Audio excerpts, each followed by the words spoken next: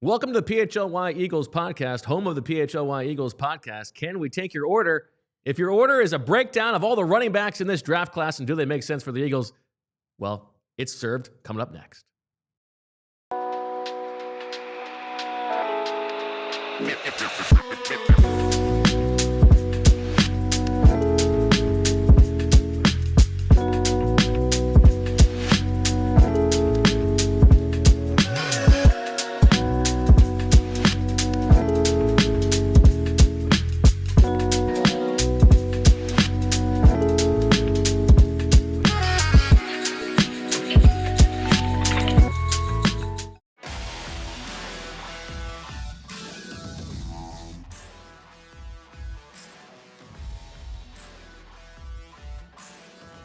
Hello, everybody. Happy Friday, and welcome to the PHLY Eagles podcast. A beautiful Friday. Bo Wulf, Zach Berman here. We're going to talk running backs.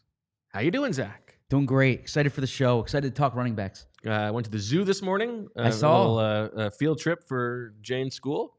Got to see the giraffes. It's her favorite thing. Good start to the day. What do you like seeing at the zoo? I like to see the giraffes because like it the makes her giraffes? happy. Yeah. Okay. Do you have a favorite animal? In general, or at the zoo? At the zoo, Both, I like suppose. the. I actually kind of like the, the creepy spider part. Ooh, okay. And the reptiles. I was about to say that adds up. I don't know if that adds up. No, those because otherwise you're not going to see those things up close. You know, I love a zebra, Yeah, but that's I've seen a bunch of zebras. You know, You've seen a bunch of zebras? Yeah, I've been to many zoos in my life. Gotcha. You know, Okay. but like seeing some of the like really gnarly, creepy spiders up front. Okay. That's kind of cool. That's awesome. That's awesome. That's awesome. Yeah. How about you? Yeah, my kids can recite this down probably verbatim, where if you said, what's dad's favorite animal? They would say a zebra because Because it's black and white and red all over? no, but it's because you said you made Joya Because it's crack the up again. newspaper. Yeah, no, I'm aware of that joke. Because it's a Z, number one. Okay. And number two, more importantly, and I tell them this is because no two zebras are the same, just like people. And Always a lesson. yeah, so we have that conversation when we're at the zoo, and so you embrace like every different zebra for who they are. It's kind of like people. Almost. In my perspective, it is. Yes. Okay. Fair enough. Enjoyed the conversation about tight ends yesterday.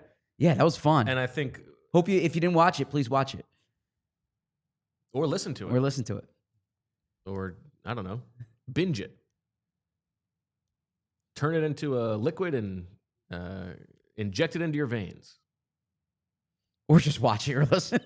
And also watch the PHLY Eagles draft show with Fran Duffy from yesterday. That was fun as well. As opposed to tight end, where I think we expect the Eagles to almost definitely draft somebody in this class. Running back is different, Sure. but this is a very deep class of running backs. What? No, I'm trying to pull up my notes here. I was trying to find my notes. Okay. Okay. Yeah. It is a very deep class of running backs. And because this is generally considered not the best draft, I think there is a chance that despite the fact that they like Will Shipley and they now have A.J. Dillon there to potentially be the number 3, and they've obviously just paid Saquon Barkley and they're not going to, not give him the ball, I think there's a possibility that at some point in this draft, probably on day 3, they just find that a running back is at the top of their board and let's go ahead. Let's pull the trigger. Yeah, I'm with you there. And there's two takeaways I have with that. First off, it makes sense that the Eagles didn't bring back Kenny Gainwell when you look at this running back class, because I think they'll be able to find a player to be on the roster on day 3 from this running back group to join Will Shipley, A.J. Dillon. We'll see what happens with A.J. Dillon. I don't think he's guaranteed to be on the team, but to kind of join that. And the second thing is, and you hit it on the head, this is an absolutely loaded class. Last year, there were 20 running backs drafted. 2023, there were 18 running backs drafted. This is going to blow both those numbers out. I'm not saying this is going to be like 2017 when there were 30 running backs drafted, but this could be comparable to 2019 when there were 25, or 2022 when there were 24. So I think somewhere between 25 and 30 backs are going to go in this draft. Yeah, Fran's got 24 guys rated, and I went through and watched at least a little bit of all those guys. All of them seem draftable to me. Yeah. And I know that there are other guys who some people like, in that top 20 or whoever. And so, yeah, I think there is a good chance that a bunch of guys get drafted. And from the Eagles' perspective, we've discussed this throughout the offseason. Saquon Barkley was more healthy last season than he's been in a long time. He was healthy enough to play every game, and he had a ridiculous amount of touches. It worked for him. It worked for the Eagles, obviously. But I don't know if you can necessarily project what he did last year into next year. So they could pass the ball more, of course. But I also think that they might need their running back depth a little more than they did this season. And so my question to you is, if they're going to draft somebody, most likely on day 3, do you think that they are looking for a specific type? Because there's all kinds of flavors of guys in this draft. Are they looking for an A.J. Dillon type, a guy who can maybe take some short yardage load off of Saquon Barkley, especially if the tush push gets banned, right? Mm-hmm. Or are they just looking for the best overall running back? Or are they looking for somebody like Will Shipley, who is in theory more of a third down complement, a guy who brings some juice in the passing game? Yeah, it's a good question. I don't have a good answer for that. I think they would probably just look for the best running back because they have those different types. They have A.J. Dillon if they need the power guy. Will Shipley can help you on third down. Obviously, Saquon does everything. I think they think Shipley can play early downs too. They have some guys down the depth chart, whether it's Lou Nichols, Ty Davis-Price, who can fill different roles. So I don't think they would say they need to get player X. Now, you probably are thinking, can this guy contribute on special teams? Will Shipley was a major special teams contributor last year for them. I'm curious. I don't think A.J. Dillon's going to be doing that. No. Now, Avery Williams, Nick Sirianni said he could have an offensive role. I wonder if he'll be in that running back meeting room when they report. I think that would probably be my guess, right? Yeah. Like he's not going to get on the field at corner, right? Sirianni mentioned offense. So unless they view him as like a wide receiver, yeah. I feel like running back would be the one that makes the most sense. I agree. And obviously you mentioned him, but Sweet Lou, could be the number one running back. You never know. Your boy. Okay, let's get into this. And everybody knows the running back at the top, Ashton Jeanty. I don't think we need to spend. Did you want Howie's draft history first, or do you want to circle back to that later? Go ahead.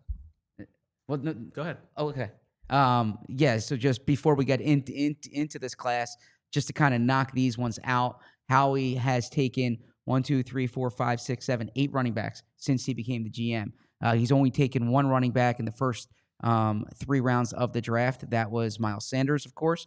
Will Shipley, Donnell Pumphrey were 4th-round picks. Kenny Gainwell, Wendell Smallwood, 5th-round picks. Bryce Brown was probably the best value they got. They drafted him in the 7th round, ended up trading him for, a 3rd-round pick. They have Dion Lewis in round 5, Charles Scott in round 6. But this has mostly been a day 3 position for the Eagles. Miles Sanders is the only one they spent a top 100 pick on. Of course, early in Howie's career, they had LaShawn McCoy. But even thereafter, he wasn't really putting major draft resources on that other than Miles Sanders. That said, 2017, when they took Pumphrey, they were interested in the top of that running back draft class. 2017, they were interested in Christian McCaffrey. When you go through it, there's not necessarily like common ground between. Do you see any connective tissue in those guys? No, because of when they were drafted, it's not like they look for this. They have kind of geared toward underclassmen Makes sense. And not by and large, but kind of the backs that they've missed have been more older guys, like Donnell Pumphrey, right? Was an older guy. Miles Sanders was an underclassman. Shipley was an underclassman. Bryce Brown was an underclassman. Dion Lewis, I believe. Yeah, you know what? The one thing that actually jumps out to me is most of those guys were relatively underused in college. Good point. Right? Or at least didn't have a ton of miles on them. Yeah. Which makes a little bit of sense. We've talked about that at the running back position. That's not going to be the case for the guys at the top of this draft.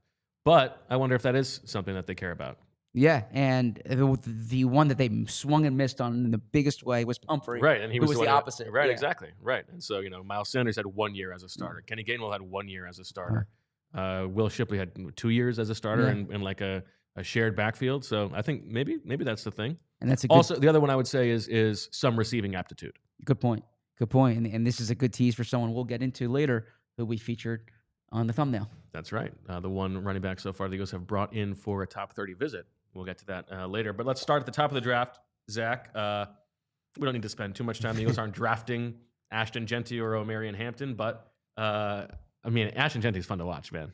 He's awesome. He's awesome. Would you take him in the top 15 if you were a GM? No.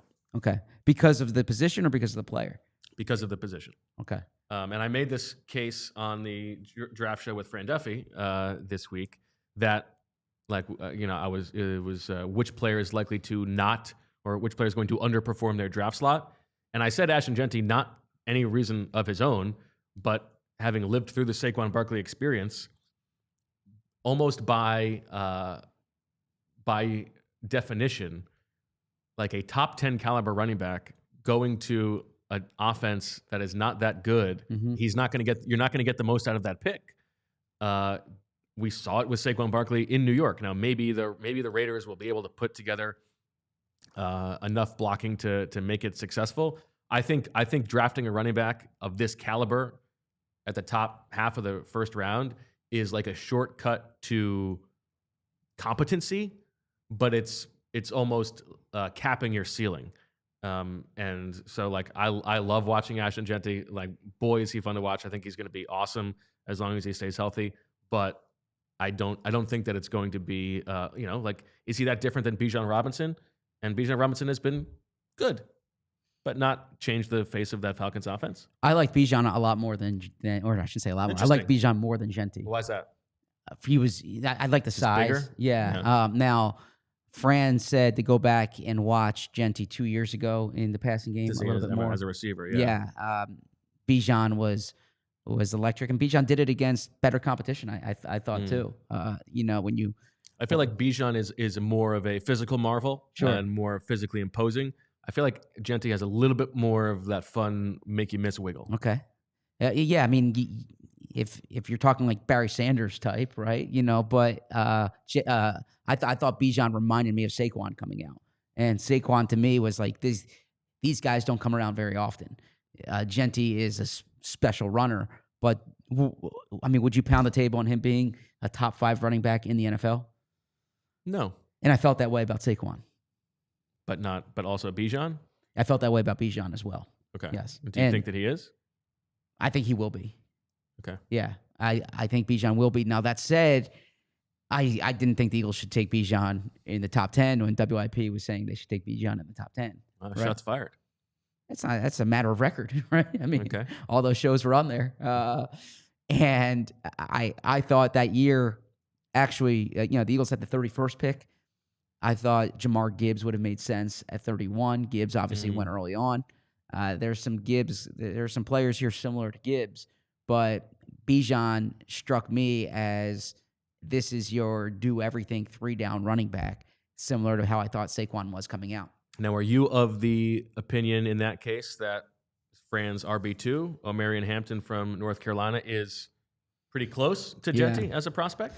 I am. Now, I probably misspoke 2 weeks ago when I was on air, and I said I like Hampton more than Jeanty. Than Jeanty. That was an exaggeration, probably a little bit of a hot take. Everybody's been talking about it. Have you been losing sleep over this one? No, I just wanted to give a little mea culpa on that one. I also have another mea culpa. You were correct on whimsical. I misused that word. That was wrong by me. That's okay. You don't have to circle back to every little mistake. No, but you have to be accountable for what you do. So Hampton, I love Hampton. I mean, to me, he does everything that you want a running back to do. He plays 3 downs. He has the size that's hard to find. Productive against good competition. Not great competition though. The ACC is not the SEC. True. But yeah, I really like Hampton. He's bigger. Exactly. He's almost 6 foot as opposed to Jeanty being 5'8.5". And he did run at the combine, ran a 4.46. Big 130-inch broad jump.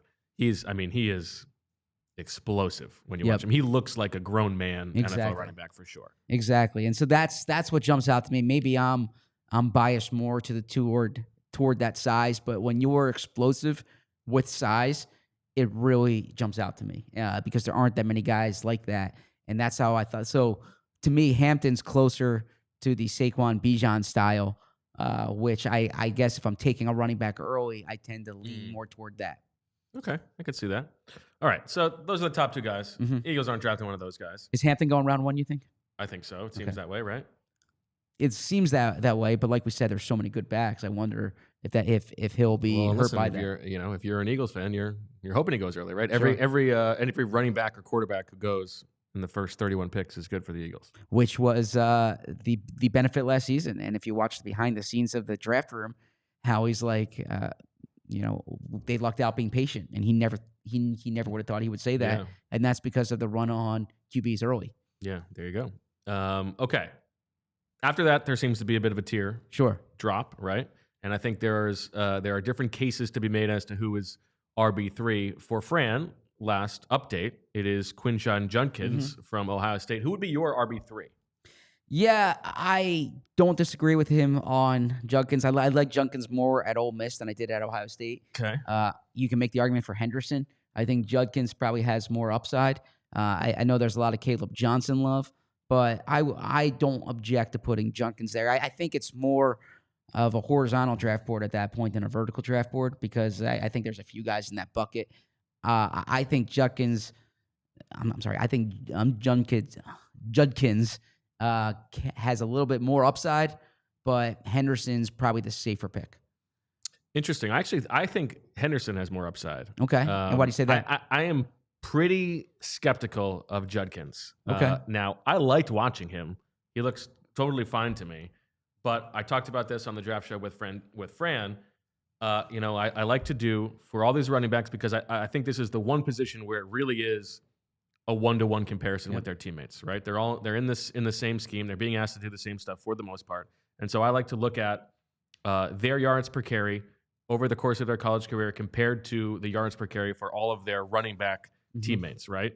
And if you look at all the successful running backs from the past decade plus, that bears out. There are only 3 guys who had a worse yards per carry in college than their teammates and turned out to be Pro Bowl running backs: Devontae Freeman, Josh Jacobs, and Marshawn Lynch. And the worst of those was Devontae Freeman at negative 0.5. He was a half yard worse. It's good numbers. Quinshon Judkins, over the course of his college career, 1.1 yards worse in yards per carry than his college teammates. And you pair that with what Fran also told me during that show, which is that Judkins faced the highest percentage of light boxes this past season at Ohio State.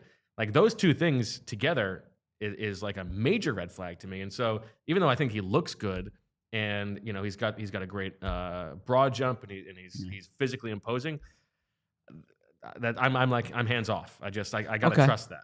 Yeah, those are good numbers, and you can't dispute the data there.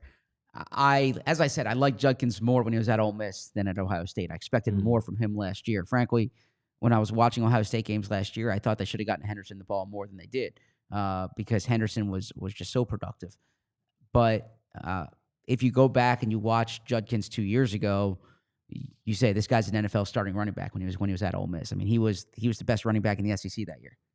All right, there you go. How about his teammate? You don't love TreVeyon Henderson? No, I do. I just thought that this thing. I like all these backs. Henderson is a little bit lighter, a little bit slighter, but a little bit more explosive. Exactly. Yeah, I just think Judkins is more.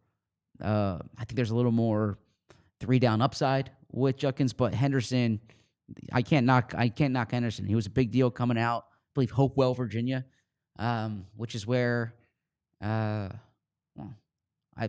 driven through Hopewell a few times, and he was a big time prospect, really productive early in his career. I didn't see that in Fran's scouting report, but what, Hopewell, or that I drove through it? That Zach Berman had driven through his hometown. I was about to say something else, but I might have had someone. There was someone in my head who I thought was from Hopewell, but I wasn't sure, and I didn't want to misappropriate. This isn't a Greg Paulus situation? No, this is not a Greg Paulus situation. But Hopewell, Virginia, it's a good football program up there. Anyways, I remember him coming out of high school. He was a major recruit, goes to Ohio State, productive early on in his career at Ohio State. When they brought in Judkins last year, I was like, what's going on here? Chip Kelly played both of them. And Henderson probably could have had better production if he was used as like the guy, and instead they kind of mixed and matched. There you go. All right, let's take a quick break, hear from our sponsors. In the next segment, we're going to talk about Jaydon Blue. the ball carrier for the Texas Longhorns, who came in for a visit to the Eagles. What to make of that?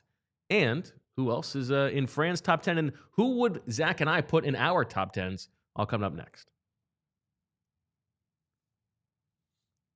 But first, we talk about our friends at TrueMark Financial Credit Union. Guess what? Financial Literacy Month, everybody's favorite month of the year. And I've got something that's going to help you off the field. Teaching your kids how to handle their money. If you are a TrueMark Financial member, you've got a fantastic opportunity to help your kids and teens learn to earn, save, and spend wisely with a free Greenlight account. Now, Greenlight isn't just any app. It's a game changer for your kids. Whether they are setting savings goals, learning how to track their spending, or even getting their allowance, it's all right there at their fingertips. And get this, each kid gets their own debit card. That's right. They can make purchases, learn how to budget, and build real-world money skills while you stay in control from your phone. You get peace of mind, and they get the chance to make smart, responsible choices with their money. So, if you're looking for a way to teach your kids some financial plays this Financial Literacy Month, I can't recommend the TrueMark Financial Credit Union Greenlight account enough. It's like training for life's biggest game. Head over to TrueMark.com/Greenlight. Get all the details and sign up today. Don't miss the chance to set your kids up for financial success. Did you know that Glatt Hair by Morgenstern Medical can help people in every stage of hair loss? They're more than just hair transplants. If you absolutely love your hair and you don't want it to change, they can help you keep it. Notice a slight change in your hairline? Glatt Hair can help restore it. Having significant hair loss and you need a hair transplant, they got you covered with that too. With cutting-edge treatments like TED, PRP, and exosomes, they help you keep the hair you already have and help bring back what you've already lost. It's no wonder that the Glatt Hair name has stood the test of time and has the great reputation that they do. With over 30 years of restoring hairlines, it's easy to see why patients choose the Glatt Hair team time and time again. Glatt Hair by Morgenstern Medical isn't just about restoration. It's about innovation. Their breakthrough, specialized by Glatt Hair technique, really does dramatically change lives and hairline. The Glatt Hair technique consists of one-on-one care, a 100% personalized hair restoration plan of action designed just for you and your specific hair loss, follow-up care, and cutting-edge hair loss prevention treatments, medications, and more. From hair loss prevention to restoration and even transplantation, they have you and your hairline covered. If you'd like more information and are ready to defend your hairline today, visit GlattHairMM.com. That's GlattHairMM.com. Or you can call or text 610-980-4000. Glatt Hair will help you keep what you've got and help replace what you've lost. That's simple. Give them a call today. All right, Zach, let's deviate from the rankings here, and let's talk about Jaydon Blue. Let's do it. The Eagles have reportedly only used one of their pre-draft visits so far on a running back, and that was on Fran's RB23, and that's Jaydon Blue from Texas, who is 21 years old, 5'9", 196. He's got short arms and small hands relative to running backs, but ran a dazzling 4.38 at the combine. What do you make of that player being the only guy they've brought in so far? Why do you think that they are intrigued by Jaydon Blue? I think the athletic profile is presumably why they were intrigued by him. I don't think there's a medical that you need to evaluate. I haven't heard anything from an off-the-field perspective that you need to kind of double-check on. So I think the athletic profile, and he jumps out because, look, we spoke earlier about how they've drafted guys who don't have the heavy workload as some other guys. That's exactly what I was going to say. Yeah, and so you probably want to kind of get to know him more. This is one of the players who I am higher on than Fran is, probably because of the athletic profile. If you're a casual football fan and you just tuned in to the college football playoffs, you saw him, what was a 77-yard touchdown run against Clemson, where the breakaway speed, that's what stood out there. The name that came to mind, the player that came to mind when I watched Jaydon Blue was Jamar Gibbs, because I see similarities between the way the two of them play, between the game-breaking ability, similarities in terms of the pass catching, like a really prolific pass catcher at that position, and similar to he wasn't, he was part of he wasn't kind of the featured back there, or he was splitting time. He was behind Jonathan Brooks at one point. Bijan obviously before that. So to answer your question succinctly, I think they just need more information on him, I assume, because they're probably interested and they just don't have the same exposure to him that they have some other players. It's interesting because you mentioned it, and of all these 24 running backs, Jaydon Blue's 214 career college carries is the fewest of all of them.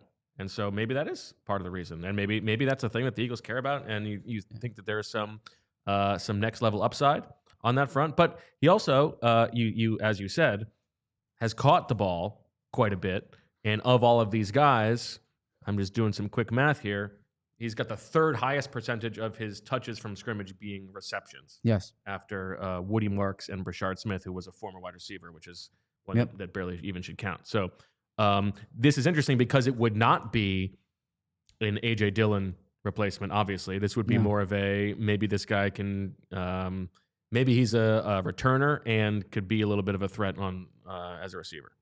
You're right. Against Ohio State. It's an interesting one for them to bring in. Against Ohio State, he had those 2 touchdown catches. It is an interesting one to bring in, but the athletic profile screams at you. Like this, the speed, and I think that there's a lot to like here in terms of the profile. I am curious to find out what exactly they are trying to understand at the meeting at the 30 visits. Franz talked about that on the draft show and on our show.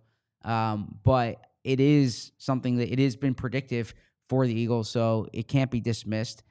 And I think you put him in a backfield with Saquon, with Shipley, he gives you juice. And I can see him rising as opposed to falling because speed tends to rise in the draft. I saw in the pro days, he was running in the 4.2s. He was what, 4.3? Reportedly. Yeah, reportedly. He was what, 4.36 at the combine, 4.38? 4.38. 4.38 at the combine. Yeah, I mean, I can get behind him, and as I said, I keep going back to Jamar Gibbs because when I saw, Jamar Gibbs, I have his numbers up here, 44 catches during year 3 at Alabama. When he was at Georgia Tech, 36 catches. Year 2 was never like a 250 carry guy. Never had 1,000 yards. But let's be clear, rushing. This is a player who's at the highest going to get drafted in the 4th round, probably, right? Maybe late 3rd. Yeah, I can see him sneaking into the 3rd round. Okay. Now I think whereas Jamar Gibbs was a first-round pick. But that said, yes, correct. That said, running backs tend to get pushed down, not pushed up the board. Yeah. So maybe you take the under if you're putting end of round 3. You're probably taking the under, but speed is a hard to find trait. Danilo has a super chat on this topic, and he says, "Do you guys think that Saquon Barkley's success will reverse the devaluation of the running back position?" Good question. I think teams will. I think teams are focusing more on the running game. Jeffrey Lurie spoke about how things are cyclical in the NFL, and there's defenses now similar to the Vic Fangio family, where you're trying to prevent explosive plays, and that could open up things in the front for the running game. That said, I don't think teams are going to just take run because I still think the fungibility of the position is present. If you think Ashton Jeanty is an elite player, if you think he can be one of the top 5, top 8 running backs in the league, then of course he's going to go high. But I think teams are probably more apt, frankly, if you don't have Saquon or Bijan or Derrick Henry or Josh Jacobs or Christian McCaffrey, then you're more apt to have kind of your flavors of the week, similar to, the Bucs had a lot of success on the ground last year with Bucky Irving, Rachaad White. They mixed Sean Tucker in there. I think you're kind of looking for backfields with different types of guys as opposed to like that one guy who's getting, like Saquon did, 300 touches. Yeah, I do think it is possible that some teams take the wrong lesson from the Saquon Barkley situation. But yeah, to me, the lesson of that was if you have your pieces in place, to maximize the running back position, then maybe it's worth pushing some extra chips in. But it is not worth overvaluing the position if you don't have that structure in place yet. Sure. And now look, this was a bad running back free agency class from a talent perspective, so you couldn't really see it play out. This is a good running back draft class, like we said, so we can see if teams will place more of an emphasis on drafting them.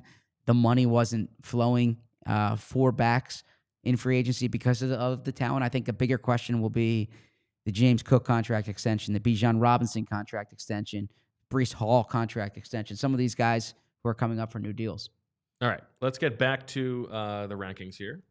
Tell me if anybody jumps out for you here. Fran's RB5, Caleb Johnson, the big fella from Iowa, 6'1", 224, 5.5 yards per carry at Iowa, which was 1.1 yards per carry better than his teammates. Those are good numbers.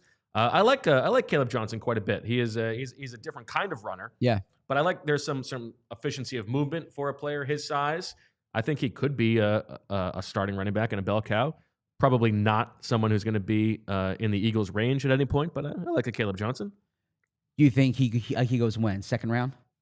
I think probably second round, yeah. Maybe early third. Yeah, I'm seeing Fran has now. Fran, we should say, is constantly updating the draft guide, right? As we talked on yesterday's show, you check it. If you checked in before the show yesterday, you would see no scouting report for Joshua Simon. You check it now, and it's there. And I think the nicest, like the most beautiful understanding of my love language that anyone has ever done for me is Fran doing Joshua Simon before the show yesterday. He changed some of the tight end rankings. So, I was texting with him recently, like a few weeks ago, about Donovan Ezeraku. I was about to get that too, Ezeraku. And I was saying, as I was doing the mock draft, that was on YouTube, I was saying, do you think he'll be available here? And he was updating kind of the projected round. I bring that up as a way of saying he has Caleb Johnson here, round 3, round 4 projection. I'm curious to see what when the final week. So we're 3 weeks from yesterday's the draft. The final week, what that projection will be. I think he'll go higher than the Eagles will take it back to kind of get back to what we're saying. I do like Caleb Johnson. I think the draft community likes him a little more than I do. Okay. But I do like Caleb Johnson. I agree with what you say. I think he has starting running back qualities. I think he could. A third round would make sense to me because I think generally speed does get pushed up, as you were saying before. And, he did run a 4.57. I think it's possible that he's more of a third round pick. So if you don't love him that much relative to the draft community, who is the guy who was next on your list that you'd like to talk about? Well, so we've got Fran's next class here is Bhayshul Tuten, Brashard Smith, Cam Skattebo. Yeah, so honestly, there's guys who I would put over. Okay, all of those guys. Yeah, like Dylan Sampson, Trevor Ettienne are players that I like. Okay. Now, this could be the SEC bias in me here. No surprise, but that's okay. But yeah, I mean, I like those guys more than now. I take that back. Skattebo, there's a lot to like with Skattebo. He's kind of like a polarizing player. I was prepared to dislike him. He's 23 years old. Yeah. He's not that fast. He's got these short arms. How many white running backs are really going to be good in the NFL? But man, is he fun to watch. Yeah, he is. He's so fun to watch. And he is like, he's really explosive in short areas. Like he doesn't have that long speed, but I think that's okay. He will get you extra yards. He's a great receiver, obviously. Yeah, I'm watching him and I'm just smiling. He's really fun to watch. Yeah, he reminds me of the Pittsburgh Steelers version of James Conner, not the Pitt version, the Pittsburgh Steelers version. Because James Conner didn't catch as much in college, if memory serves, but was real productive in the passing game when he was with the Steelers. That's kind of the comparison I would use there. Dylan Sampson was highly productive at Tennessee. He's 20 years old, right, or 21 years old. Now he played on a really good offense, but I was surprised to see him as low on. He's Fran's running back 20, and I think he's the top 10 back. Same thing, Trevor Ettienne. He's not quite his brother. He's a different type of player than his brother Travis Ettienne, but I think he's a potential starting running back too. So I would have him over. Is it Tutton? Bhayshul. Bhayshul Tuten from Vatech. I would have him over him. I could be wrong there, but those are guys who I just disagree with Fran's ranking on, compared because they're much lower. Sure. Dylan Sampson, to me, I was a little bit unimpressed. Okay. Just because it's one of those, like, that offense, he's just running through huge lanes, and I didn't see like super explosiveness. Now, he was very productive, but this is one where, his compared to his teammates, just 0.1 better than his teammates. And he didn't run at the combine. I think if he's that explosive, he would have. And so I'm actually a little bit more on Fran's side on Dylan Sampson. Ettienne is interesting because, like, you watch him, the clips of him at Florida. Yes, he looks like a much different player. He's much more explosive, and I think there was some injury stuff with him at Georgia this year. Right? Well, he got a DUI, I believe, was suspended for. Okay. He was suspended early in his career there, or early in his season there. Gotcha. And so he is one where I would need to do more homework. Yeah, he's explosive. I feel like that's what jumps out to him. I see the comp that Fran has is Wendell Smallwood. Wendell Smallwood should be pretty good, actually. Wendell Smallwood should be complimented by that comp. I mean, Trevor Ettienne would be so lucky to have that long of a career. True. I mean, legitimately. Yeah, what he had 4 years or 5 years? 4 or 5 years. Four, yeah, 5 I mean years. that would be as overperforming for Trevor Ettienne as a running back. Sell me on. Well, hold on, but as you mentioned explosiveness, I want to just say that Bhayshul Tuten is extremely explosive. Absolutely. 22 years old, but 1.1 yards better than his teammates in yards per carry. He's a little bit small, 5'9", 206, and has short arms, but ran a 1.49, 10-yard split in his 40-yard dash, which is the best of this class. Ran a 4.41 and was jumping out of the gym in the jumps. 40.5 inch in the vert, which is at the top end of this running back sample, and 130 inches in the broad jump. Those are like Alvin Kamara, David Johnson level explosiveness numbers for a prospect. Also a local guy, Paulsboro. Oh, yes. But you don't love him that much. I like it too. No, plus it's Virginia Tech. That's your old stomping grounds. I keep saying I'd be really tooting that horn. Yeah, I really like this running back draft class. I liked Sampson and Ettienne more than I would have had Sampson and Ettienne over Tutton, but Tutton's appealing for sure.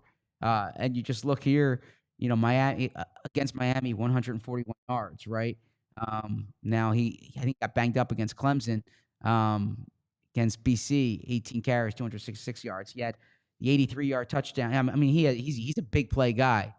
So yeah, there is a good deal to like about Tutton. Okay.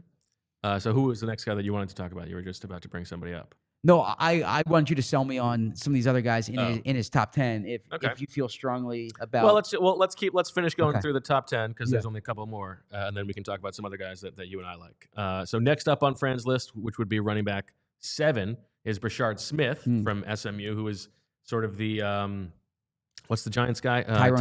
Tyrone Tracy. A great comp Fran has there. Yeah. Right, because this is a wide receiver who converts to running back for one season and looks very good. So of these of the guys compared to their teammates, Brashard Smith's got the best numbers. Now that's in part because he only played this one season and was very good. But 6 yards per carry compared to 4.4 for his teammates. Had a bunch of carries this season. He's got some dimensions that are not ideal. He's a little bit slight, but he did run a 4.39, and I think some of that explosiveness shows out. It doesn't quite look like otherworldly speed to me, but I thought it was fun to watch. Yes, the conversion from wide receiver comes across when you watch him. That's what stands out. And I thought when I watched him, Tyrone Tracy, and then when I saw that Fran had the Tyrone Tracy comp, it made a lot of sense to me. So yeah, I mean he's in this bucket. But yeah, this is what I would imagine that. Like I think some people will put Skattebo up into like the top 5, top 6. I think some people might put Tutton up there, but I would imagine for most teams, like running back 7 through running back 20 in this class is like just, who do you like? Exactly. And it's also some guys will be better for different schemes. Yeah, like Will Shipley is a great example of that last year. I expected the Eagles to like Will Shipley. I thought they would take him in round 5. They take him at the top of round 4 because if you're convicted on a guy, they're probably all in that same range. I liked Braylon Allen more than I liked Will Shipley. And so it's just, but they were in kind of that same bucket. So it's just a matter of who your scouts feel convicted on. And I think once you get past these, it speaks to the strength of this class that we could be having a conversation about Fran's running back 19 in the same conversation as Fran's running back 7, because there is a clear top, but then after that, it's how well are you scouting them, but also how well do they fit within what you do. Well said. All right, let's take one more break and come back and finish out Fran's top 10 and get to the other guys that we like. And who of these guys really likes to eat? But first, we talk about our dear friends at Empire Today. Just like the Eagles sometimes need home field advantage, your home needs a home floor advantage. And Empire Today is the place that can help you get it. Empire Today has flooring experts. Okay, these are not Johnny-come-latelys. These are people who live and breathe Empire Today and flooring. Dedicated flooring professionals who focus on flooring every single day. Empire Today lives and breathes flooring, and they will be with you every step of the way, which makes it a completely different ballgame. Their flooring experts don't expect you to come out and check out the showroom and think for yourself what's going to look good in your house. No. They're bringing the showroom to your home so that you can pick the right flooring and the right colors for your space, and you can see how it looks with your furniture in your house. You can get precise measurements taken and have all of your questions answered so there are no surprises. With Empire Today, you get clear, upfront, and all-inclusive pricing. Plus, you can schedule installation as soon as the next day. Schedule a free in-home estimate today because some things are just better at home. PHLY listeners can receive a $350 discount when using promo code PHLY. You heard that right. A $350 discount with code PHLY. Restrictions apply. Visit EmpireToday/PHLY for full details. You haven't lived until you're in your office at 10 o'clock on a Thursday night trying to get some work done, but you might have a Corbin Carroll bet going, and you want to see if Corbin Carroll can get his second hit at the top of the 9th inning against Luke Weaver with the New York Yankees. This is all just a hypothetical situation. If you want to make this a practical and real-life situation, log on to Bet365 because whatever the moment, it's never ordinary at Bet365. Bet365 has 90 million users worldwide. They live stream 780,000 events each year. They have early payout offers across NBA and NHL. They pioneer live in-game betting. And new customers now get $150 in bonus bets when you bet $5, win or lose. Sign up, use the code PHLY365, deposit $10 and place a bet for $5 to get their $150 in bonus bets. Again, win or lose. The weekend is coming up. Slam Dunk Saturdays. It's another Bet365 Slam Dunk Saturday. Place qualifying bets totaling $20 or more on today's NBA games and get up to $25 in bonus bets. Terms and conditions apply. Breaking news from Bet365. New customers get $150 in bonus bets when you bet $5, win or lose. Sign up, use the code PHLY365. Deposit $10 and place a bet for $5 to get $150 in bonus bets. If your bet wins or loses, bonus bets can be used on the spread, totals, players, props, futures, and more. Whatever the moment, it's never ordinary at Bet365. Must be 21 or older and physically located in PA. If you or someone you know has a gambling problem and wants help, call 1-800-GAMBLER. All right, let's close out Fran's top 10. Running back 9, Jordan James from Oregon. And if there's one guy in his top 10 that I would bite back at Fran for, this is the guy that I don't love. Mm-hmm. He's a little bit slight. Yes. 5'9.5", 205, ran a 4.55. He had the slowest 10-yard split of any of these running backs, tied with Caleb Johnson, and Caleb Johnson is a big guy. He's also 0.2 yards per carry worse than his teammates. And I watched him, and I thought it was good, but not great at anything. And I didn't see anything to separate him from Jarquez Hunter or any of these other guys. And so Jordan James to me is he was just kind of meh. Yeah, you're told not to scout the jersey, but to me, I like Bucky Irving a lot more 1 year earlier than I did Jordan James. Bucky Irving playing into his teammate yards per carry difference. Sure. And Bucky went round 5, round 4, round 5 was really productive as a rookie. He's gonna be the top guy next year with the Bucks. I did one underdog fantasy football draft just to like see where guys were. Like Bucky Irving is like a late first round pick or early second round pick. Like, what are we doing? I mean, he was awesome at the end of last year. Yeah, but he come was on, let's have awesome. some. I mean, let's have some standards. I guess those have gone by the wayside. But look, when we do our July football show, maybe it'll be Jamie and me.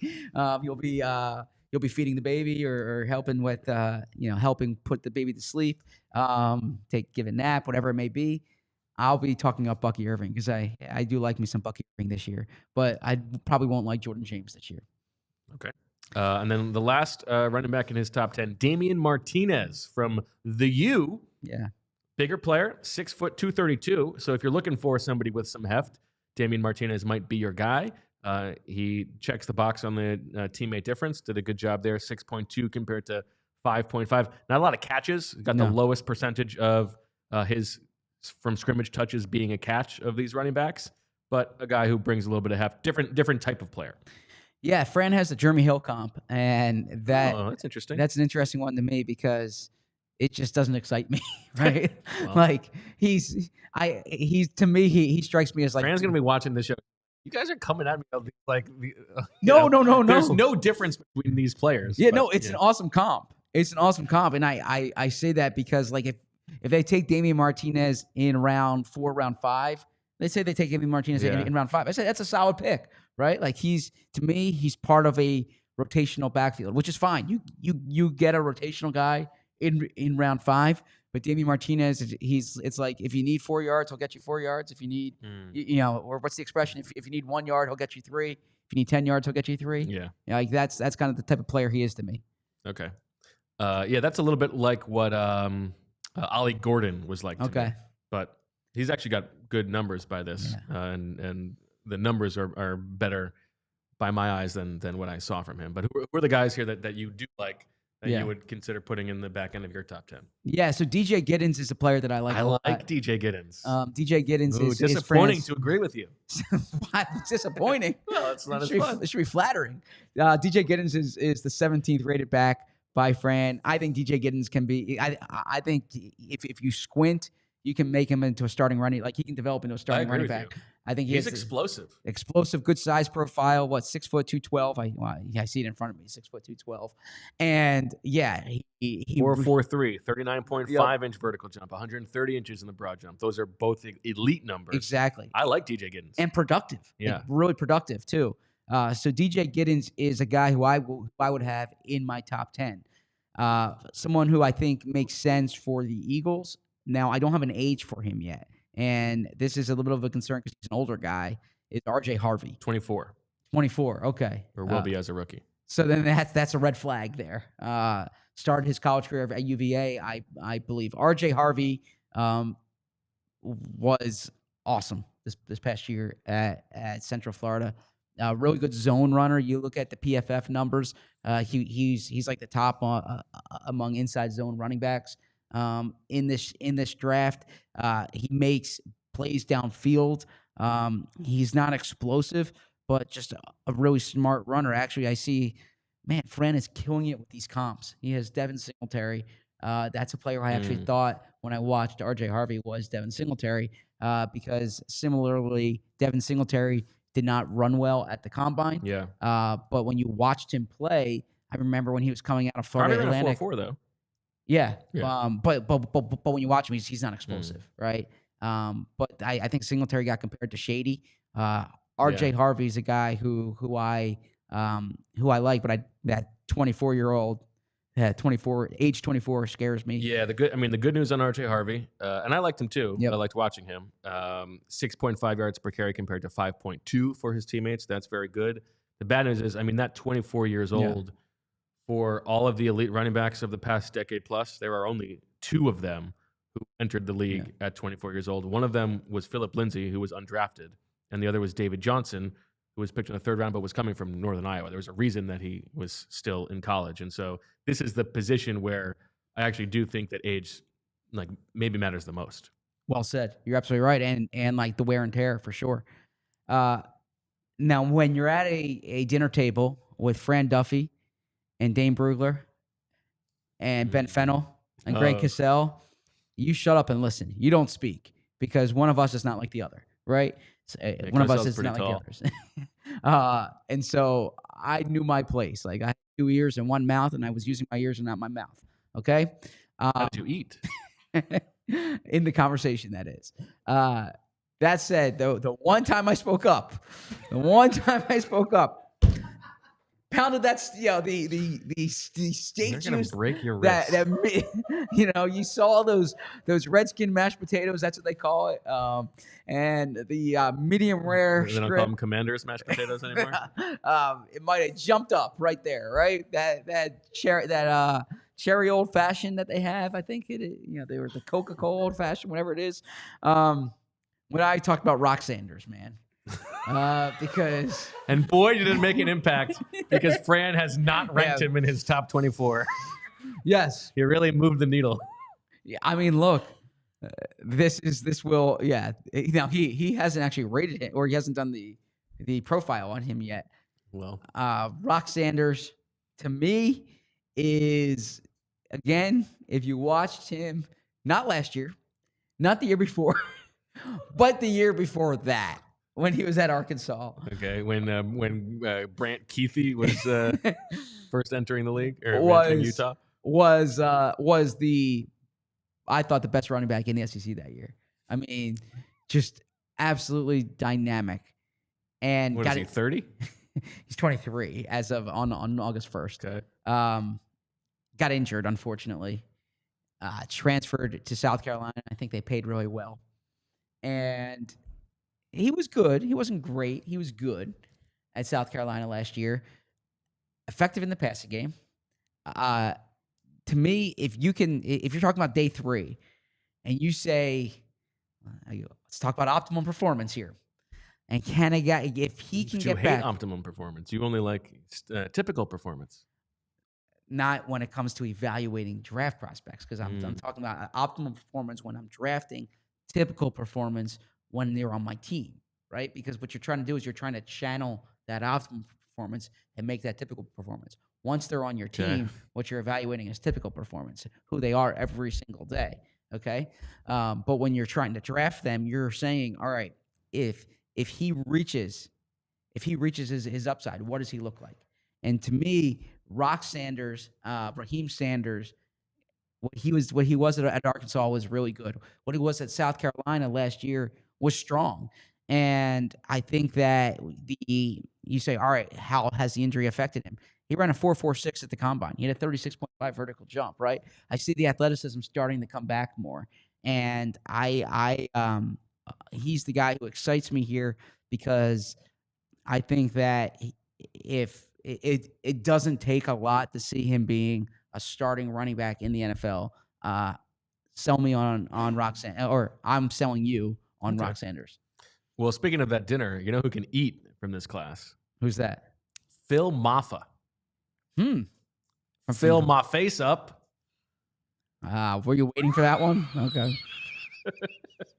You're cracking yourself up. Man. Thank you, Julia. Enjoy it too. I mean, he's fine, but okay. I saw his name, Phil Maffa. Phil my face up. I mean, okay. Yeah. So that's your commentary? That's on Phil Maffa. Okay, yeah, I mean, he's a big back. I don't particularly like him, but it's a fun name. You know who the guy I really enjoyed watching, and it's like the worst profile that bothers me, but because he's got 760 carries, that's too much of a workload.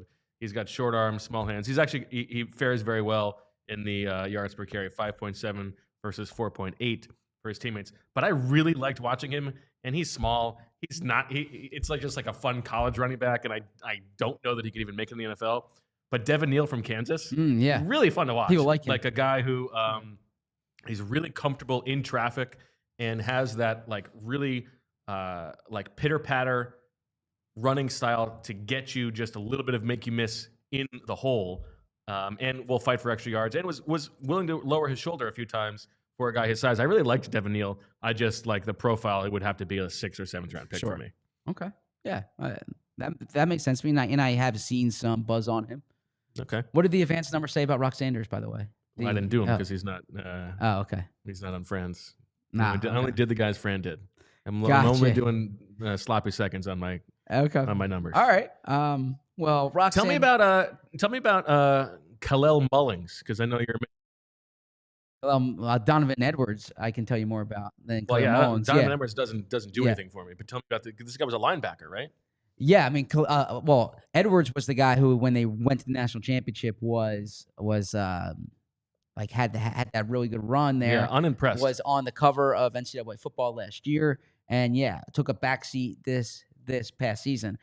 Michigan. To Mullings, right? Yes, exactly. Yeah. So Mullings is kind of interesting to me. I mean, he runs like a guy who doesn't know that he's a running back and is still kind of a linebacker, and I feel like there's a little bit of upside there, maybe. Okay, I can see that.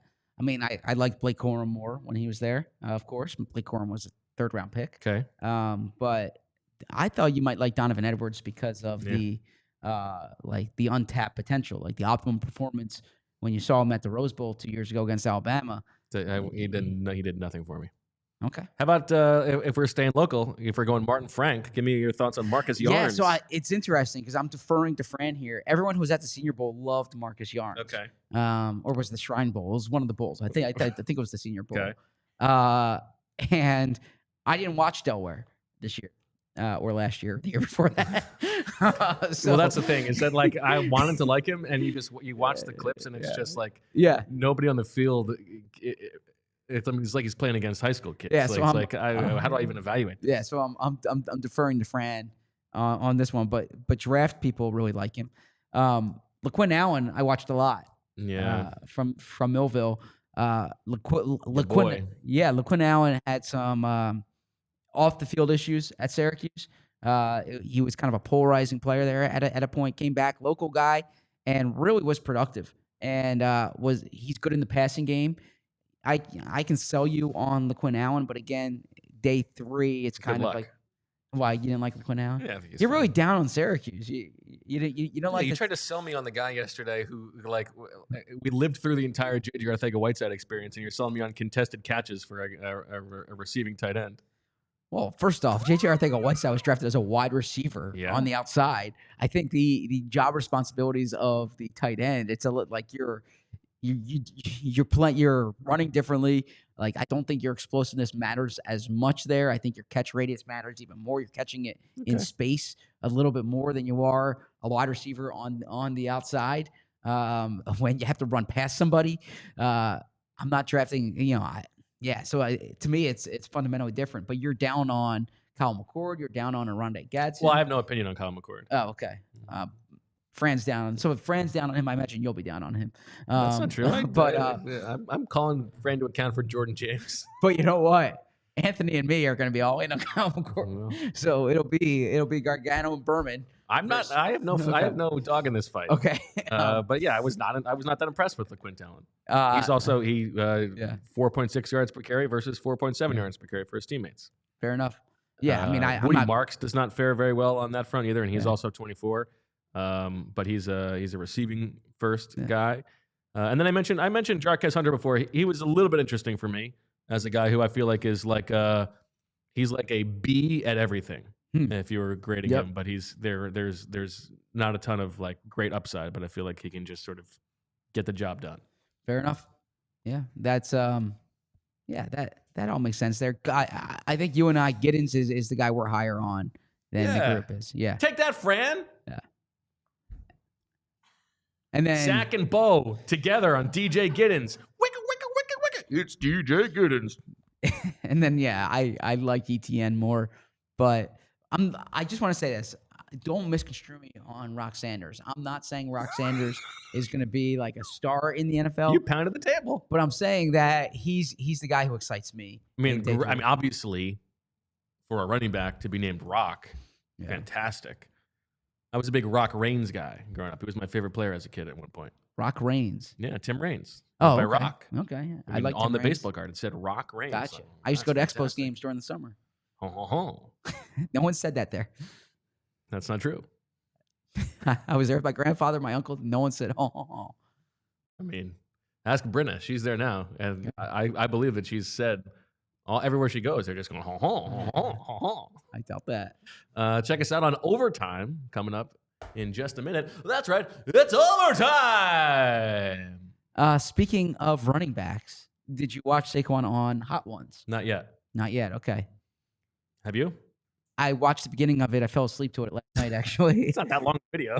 Yeah, I mean, I went into bed at midnight, and what's the general update on your sleep these days? I'm working on a tight deadline, and I'm not sleeping as well as I want, but I'm almost finished. Emily says that, her life and my life is going to change a lot in like 2 weeks. So getting down to the deadline here. But right now, what else, what is on the other side of that cliff? Well, the heavy draft stuff, right? But after the draft, I promised her and that I'm going to be taking care. I'll be sleeping more. I'll be. You remember that great show you had that one time you slept? I'll be at the gym on a regular basis. I'll be doing some. I'll be doing some stuff outside of work. Oh, a lot more. I mean, I'm coaching. What? Coaching my son's little league team. Nice. Reed's playing 3 sports right now, so I'm doing a lot of the pick. I'm gonna be taking the kids to school in the morning, things like that. I promised after the draft, I will be doing a lot of that.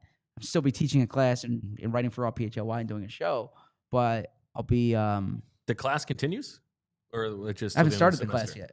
Oh, really? The teaching? Yeah. Yeah, no, teaching.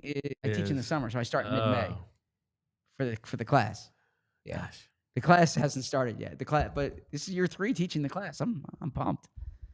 Do you find it easier now that you've gone through, or are you updating the syllabus? I'm updating. I'll be updating the syllabus post draft. Okay, so it's not sort of paint by numbers anymore. You're no. I mean, I'm still using the lectures, but each week I write about like a 1,000-word email to the class with some stories that I like that week, some clips that they should watch, some thoughts on the lessons. So I try to personalize it based on what's going on in the news. Okay. I believe one of the people you had on one of those lectures, Marissa Dunn. Yes. I'm happy for Marissa. Go ahead. No. I'll let you go first. Marissa stepping down, put that jersey in the rafters. The official retirement from the Athletic. We send Marissa all of our love. Obviously, the best. Fantastic. Yeah, Marissa's amazing. And a big reason why I'm sitting in this seat right now is because of Marissa. I'm not compromising information. I texted her that I sent her a long text. Marissa, for those of you who don't know, Marissa, of course, the CEO of ALLCITY Network. No. We did a podcast on the side, essentially on the side. It was a big part of our lives, but it wasn't fun. It wasn't fundamental to our job, or it wasn't the main part of our jobs. Speak for yourself. And then Marissa put us on YouTube. She was the driving force for us going on YouTube, and I think that opened up to a lot of possibilities and a lot of the fun and excitement I used to have on Daily News Live and Philly Sports Talk, and Philly Sports Talk on Comcast Sportsnet. You're in front of the screen and you get that rush. That all came back, and it kind of opened my eyes to complementing writing and kind of making this a bigger part of the responsibility. And so when PHLY came around, I said, what if we took a show that we did 3 days a week and really leveraged it into something bigger? And so Marissa's a driving force behind us being here. So a humble plea to the sickos. Stay away from Twitter. Don't go on Twitter at all, but maybe open it up for like 10 seconds and send a nice note to Marissa there. And more importantly, a valued friend, and I'm so excited for her to become a mother for the second time and this next stage of her life. Okay. What? Well, I'm smiling at valued friend when the first time you sit down with her for after months on end, we got to talk shop, but we don't need to relitigate that bad boy. Yeah, we definitely don't need to relitigate that bad boy. I stand by valued friend for sure. When I'm on the company dime, I'm doing the company work. Okay. Anything else to talk about on this wonderful overtime? I am curious. Hot Ones. I'm familiar with it. I've seen clips a lot of it, but I haven't watched the full Hot Ones. This is a pretty cool concept. Seen this? You heard about this? Is this something you would want to do? Interesting. Yeah. I know. You ever been on a plane before? Like, you ever fly through the sky? Not what I'm saying. No, Unbelievable. No, I'm saying like how would you do on Hot Ones? How's your tolerance to heat? I would do okay. Remember, of course, famously did the one chip challenge with Fletcher Cox in the locker room, and then threw up in the middle of a Birds with Friends episode because it was sitting in my gut so bad. But yeah, I could do Hot Ones. Okay. I mean, it would be. I'd get a lot of top of the forehead sweat or top of the dome sweat, not the forehead. That's where it comes out for me. But yeah, I mean, I could do it. It'd be not fun for the 36 hours ensuing. But did you ever do Han Dynasty?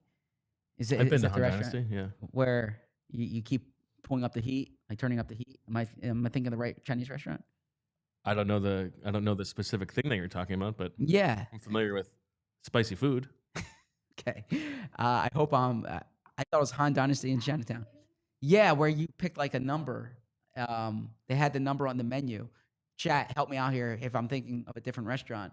But like the hottest that it was lethally hot. And I did try that one time, and I remember, that was not pleasant. Okay. Or was it? Is it Dan Dan Noodles? No, that's definitely not Dan Dan Noodles. Yeah. Han. I believe it was Han Dynasty. Okay. Anyways, excited for your weekend. It's like, yeah, what do you think about this concept? This thing that's like one of the most famous things in pop culture. I was asking, is this something you would want to do? It'd be fine to do it. Yeah. Okay. How do you feel about the host? You like the host? He asks good questions. Good research. Yeah, respect that. Yeah. As it should be. Okay. If you take someone's time, you should be putting the work in. Have you ever seen Chicken Shop Date? No. What's Chicken Shop Date? It's Amelia de Moldenberg. Those are also very good. Okay. Gives me something to watch. That's great YouTube content. Okay. I'll check that out. Okay. You got a phone call. Yeah, that's all right. On a show. I'm live on a show. Oh. Yes. I can't answer it on the show. Okay, so should we end the show or should we keep talking? Well, I'll call him when I get in the car. But okay. All right. Julia, what do you got going on this weekend? Nice. Oh. Huge series. Huge series. By the way, I saw Kyle Schwarber at the Zoot this morning. Yes. Yeah. Also, it's my sister's birthday today. Oh, happy birthday, Jess. Shout out to Jess. Happy birthday. Yeah. And my nephew's birthday in like 3 days. So it's his birthday party tomorrow. Happy birthday, Jess. What's the party? I have no idea. I was just told to bring charcuterie. Oh, well, really? Zach's not going. I wasn't invited. He's turning one. It's like those parties back in high school. No, that's awesome. Happy birthday. And enjoy, man, what a series to go to. Like, a great story, by the way, on allphly.com by Jim Salisbury. Or at the end, JT Realmuto has the quote. These guys are unbeatable, I thought, right? But the Dodgers are fun to watch right now. So, cool series. Did you say hello to Kyle this morning? No. No. I had Jane on my shoulders, and here's the thing. Jane broke her arm. So she's got a cast on her arm. Now, the cast really gets caught in the beard, I have found. So that has made her being on the shoulders a little bit more precarious. But otherwise things okay. I hope she's on the mend. Thanks, doctor. We have a couple super chats to get to. Salute to Jacko. Is that to Jacko or Taco? Salute to Jacko. Says, I want to hear Bo's favorite names in the draft. Can anyone top Booby Feaster? I mean, Mitchell Trubisky would be the one who likes that. But I'm gonna have to. I have not yet gone through all the names yet. But I look forward to doing that. Is the name guide coming out again? I don't think so. That's I mean, if the baby depending. That's a popular feature. Hirsch looks forward to it. Serious. Right. Our former editor, Adam Hirschfeld. Yeah, that's true. And then Danilo says, Bo, do you think Zach would be a good Seinfeld side character? Yeah. Okay. I mean, for sure. And what would the plot be? Well, I don't know what the plot would be, but I think there are a lot of ways to go with the Zach Berman character. I think if you were playing it up to 11 for comedic value, you could either do the like the guy who just won't sleep. He's trying. You could really play up the just like chase for ultimate efficiency. Mm-hmm. And anything that strips away at that is a nuisance. That's probably the way to do it for an episode. That's fair. Although Kramer tried doing that one time and it didn't work out. He crashed. Yeah. Well, could have been a lesson. A little more efficient than Kramer. That is true. Yes. That is true. Okay. Anything else on running backs? Oh, you know what we didn't do? We're supposed to come up with the guy who we think is the most likely Eagles pick. Yes. So for all of these positions, we're supposed to close with that. Gotcha. So your thumbnail, I think, is the most likely Eagles pick. I guess because they brought him in. And I just think he's a profile of the Eagles. Now, how much of a kick will you get if they draft Jaydon Blue the first time he gets the ball in the Lincoln Financial Field press box when they say Jaydon Blue, the ball carrier? Well, this is the thing, Bo. That has got to be a flag. I am 39. There is no way that's legal. I am 39 years old. How did he do it so quickly? I am 39 years old. So I will not. That is not what comes to my mind. But I mean, that's what the sentence is. No, it's not. It's not. It's BLUE. Yeah, but I mean, phonetically. Okay. So, anyways, I do know that you will laugh. Not just laugh. He's wearing a helmet. How do you even make that happen? You will cackle every time it happens. I actually feel bad for Jaydon Blue if he comes to Philadelphia because I think that you will make so many Jaydon Blue jokes that until you're blue in the face, right? You will be, yeah. And then I will just hope that it will blow over at some point. But you know, Julia. but Jaydon Blue will be singing the blues when that occurs. So there you go. All right. Well, congratulations to Jaydon Blue for this important honor.